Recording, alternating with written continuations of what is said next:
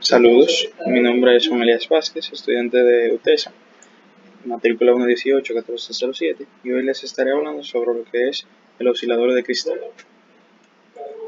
Un oscilador de cristal es un circuito oscilador electrónico que utiliza la resonancia mecánica de un cristal vibratorio de material piezoeléctrico para crear una señal eléctrica con una frecuencia precisa. Esta frecuencia se utiliza comúnmente para controlar el tiempo, como en los relojes de cuarzo, para proporcionar una señal de reloj estable para circuitos integrados digitales y para estabilizar las frecuencias de los transmisores y receptores de radio. El tipo más común de resonador piezoeléctrico utilizado es el cristal de cuarzo, por lo que los circuitos osciladores que los incorporan se conocieron como osciladores de cristal. Pero existen otros materiales piezoeléctricos como las cerámicas, las policristalinas, que se utilizan en circuitos similares. Un oscilador de cristal en particular, uno que se utiliza, un cristal de cuarzo, funciona distorsionado el cristal con un campo eléctrico. Cuando se aplica voltaje a un electrodo cerca o sobre el cristal, una propiedad conocida como electrostricción o piezoelectricidad inversa. Cuando se elimina el campo eléctrico del cuarzo, que oscila a una frecuencia precisa, genera un campo eléctrico al volver a su forma anterior, y esto puede generar un voltaje. El resultado es que un cristal de cuarzo se comporta como un circuito RLC, pero con un Q mucho más alto. Los cristales de cuarzo se fabrican para frecuencias desde unas pocas decenas de kilohercios hasta cientos de megahercios. Se fabrican más de 2.000 millones de osciladores de cristal al año, en todo el mundo, claro está. La mayoría se utilizan para dispositivos de consumo como relojes de pulsera, relojes de radios, los ordenadores y teléfonos móviles. Los cristales de cuarzo también se encuentran en el interior de equipos de prueba y medición, como son contadores, generadores de señal y osciloscopios. Las características principales de un cristal de cuarzo sería que el oscilador de cristal se caracteriza por su estabilidad de frecuencia y pureza de fase dada por el resonador. La frecuencia es estable frente a variaciones de la tensión de alimentación. La dependencia con la temperatura depende del resonador, pero un valor típico para cristales de cuarzo es de 0.005% del valor de 25 grados Celsius en el margen desde 0 grados Celsius hasta 70 grados Celsius. Estos osciladores, otra característica es que estos osciladores admiten un pequeño ajuste de frecuencia con un condensador en serie con el resonador, que aproxima la frecuencia entre de la resonancia de serie a la paralela. Otra característica importante sería que tiene un efecto piezoeléctrico. ¿Cuál es este? Este se da cuando se ejerce una presión mecánica en caras opuestas de uno de estos cristales debidamente tallados. Se producen cargas eléctricas de polaridad opuesta en estas caras. Otra característica sería que el factor Q. Para determinar la calidad de un circuito resonante se define el factor Q. Como es sabido, las pérdidas de energía de un circuito resonante se producen por el efecto Joule en la resistencia. Debido a esto, un alto valor de Q determina el valor bajo de resistencia y por lo siguiente, entonces pocas pérdidas dentro del circuito. Una de las ventajas de este tipo de oscilador sería que la inestabilidad de la frecuencia de oscilación de los circuitos osciladores con circuito tanque imposibilita su uso en aplicaciones donde sea importante la salida con gran pureza espectral. Otra sería la alta estabilidad del cristal de cuarzo al tiempo y a la temperatura. Permite sustituir ventajosamente un circuito tanque por un cristal en un oscilador, con la ventaja de que este oscilador tendría un Q mucho más elevado. Un circuito resonante en serie. Para excitar un cristal que ofrece en el modo resonante en serie, se puede conectar como elemento en serie en una trayectoria de retroalimentación a la frecuencia resonante en serie del cristal. Su dependencia sería mínima y la cantidad de retroalimentación sería positiva, que es máxima. En la figura siguiente, que sería esta de aquí, se muestra un circuito transistorizado típico. Las resistencias R1, R2 y RE constituyen un circuito de polarización en corriente directa, estabilizado por el divisor de voltaje. El capacitor C proporciona un desacoplamiento de la corriente alterna del resistor del emisor y de la bobina RFC, proporcionando lo necesario para la polarización de corriente directa, al mismo tiempo que desacopla cualquier señal de corriente alterna presente en las líneas de potencia para que éste no afecte la señal de salida. Un circuito resonante en paralelo, como la independencia resonante en paralelo de un cristal es un valor máximo, se conecta en derivación a la frecuencia de operación resonante en paralelo. Un cristal aparece como una reactancia inductiva de valor máximo. En la siguiente figura se muestra un cristal conectado como un elemento inductor en un circuito Colpitts modificado. El circuito de polarización de corriente directa básico deberá ser evidente. Por lo tanto, el valor máximo se desarrolla a través del cristal a su frecuencia resonante en paralelo. Un divisor de voltaje. En un divisor de voltaje, los capacitores C1 y C2 acoplan el voltaje del emisor. Algunas consideraciones que se deberían tomar serían que debido al altísimo Q del cristal y a las altas frecuencias de oscilación, convendría a la hora de montar los circuitos tener presente lo siguiente. Sería apantallar convenientemente el cristal conectando la carcasa metálica a la masa. Evitar en lo mayor posible las capacidades parásitas que pueda introducir el soporte sobre el que se monte el circuito. Otra sería reducir al mínimo el camino de conexión del cristal.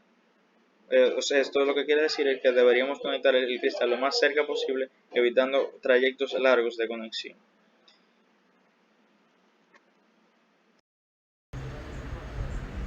Consta de una fuente de voltaje de 15 voltios, consta de dos resistencias, una resistencia de 22 kilos, otra resistencia de 1 kilo, dos capacitores, un capacitor de 10 nano, otro de 100 pico, y en paralelo una resistencia de 1 kilo ohmio. También tiene el osciloscopio, el transistor de 2N2222A. Y bueno, vamos a darle a play para poder ver cómo funciona. Le damos a play y le damos a ver el osciloscopio y vemos que no tiene onda.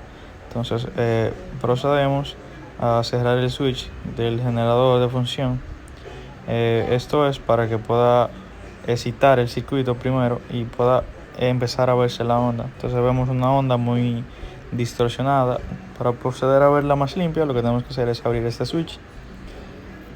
Lo abrimos y vemos que automáticamente cambia la onda y se vuelve más limpia. En el caso de querer verla más detallada, lo que tenemos que hacer es simplemente parar la grabación, y eso sería ya para poder ver la onda más limpia. Entonces, para ver la trayectoria, retrocedemos el trayecto, y eso sería todo de esta simulación. El oscilador de monounión es un dispositivo particular, el cual es el transistor de monounión, que se puede utilizar en un circuito oscilador de una etapa para generar una señal pulsante adecuada para aplicaciones de circuitos digitales. Se puede utilizar en este circuito el transistor de monounión en lo que se llama el oscilador de relajación, ilustrado por el circuito básico de la figura siguiente.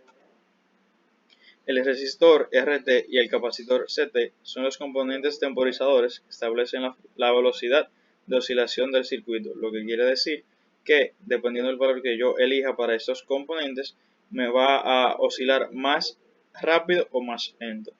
En general, un transistor de monounión tiene una relación de condensación desde 0.4 hasta 0.6.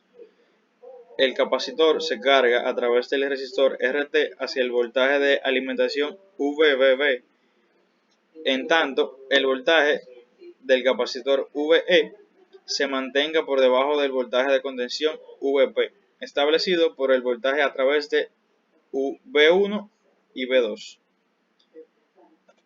Este sería el circuito de un transistor PUT diferente a lo que es un UJT. El transistor PUT. El transistor PUT, que por sus siglas en inglés sería Programmable Union Transistor, es un dispositivo que, a diferencia del transistor bipolar común, que tiene 3 capas, NPN o PNP, este tiene 4 capas. Este transistor tiene 3 terminales como otros transistores y sus nombres son cátodo, el cual sería la K, ánodo, que en el diagrama dice A, y puerta, la compuerta, que debería ser, que es el cual está señalado con la letra G.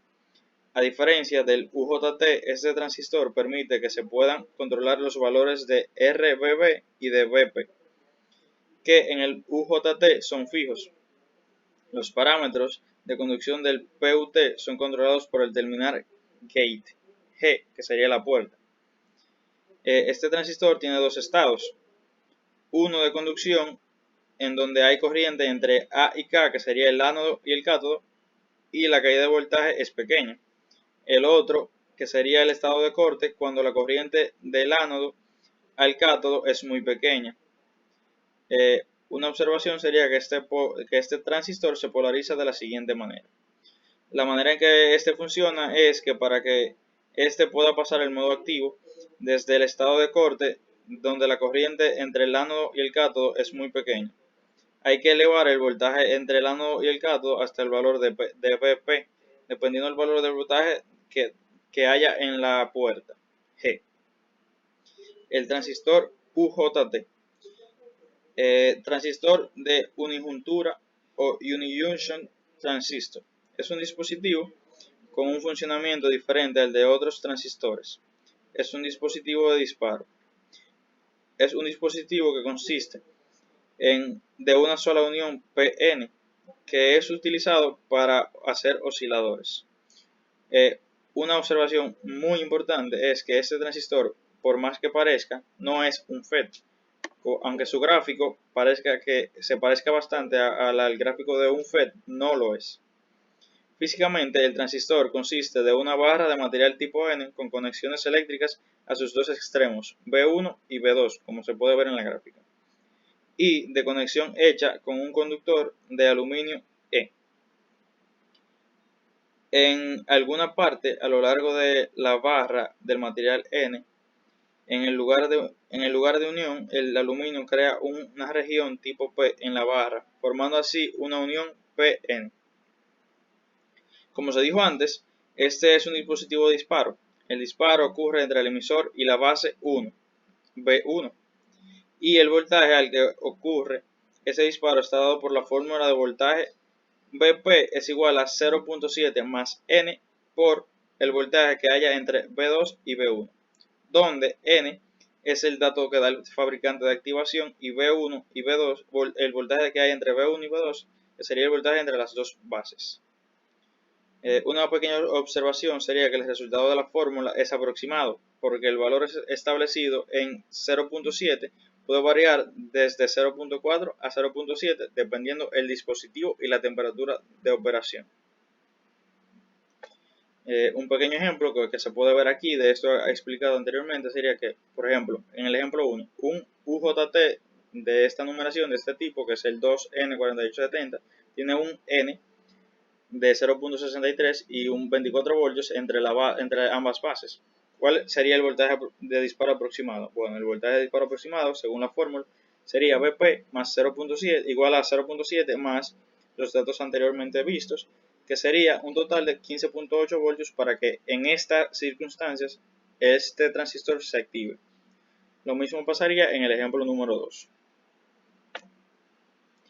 Estas aquí serían unas gráficas de lo que es los diferentes tipos de curvas que pueden hacer vía el tiempo y dependiendo del tipo de conexión que se vaya a hacer en el oscilador de monounión. Las principales diferencias entre los transistores PUT y UJT sería que entre los transistores UJT y el PUT es que las diferencias RB1 más RB2 son las resistencias internas en el UJT, mientras que en el PUT estas resistencias están en el exterior y pueden modificarse.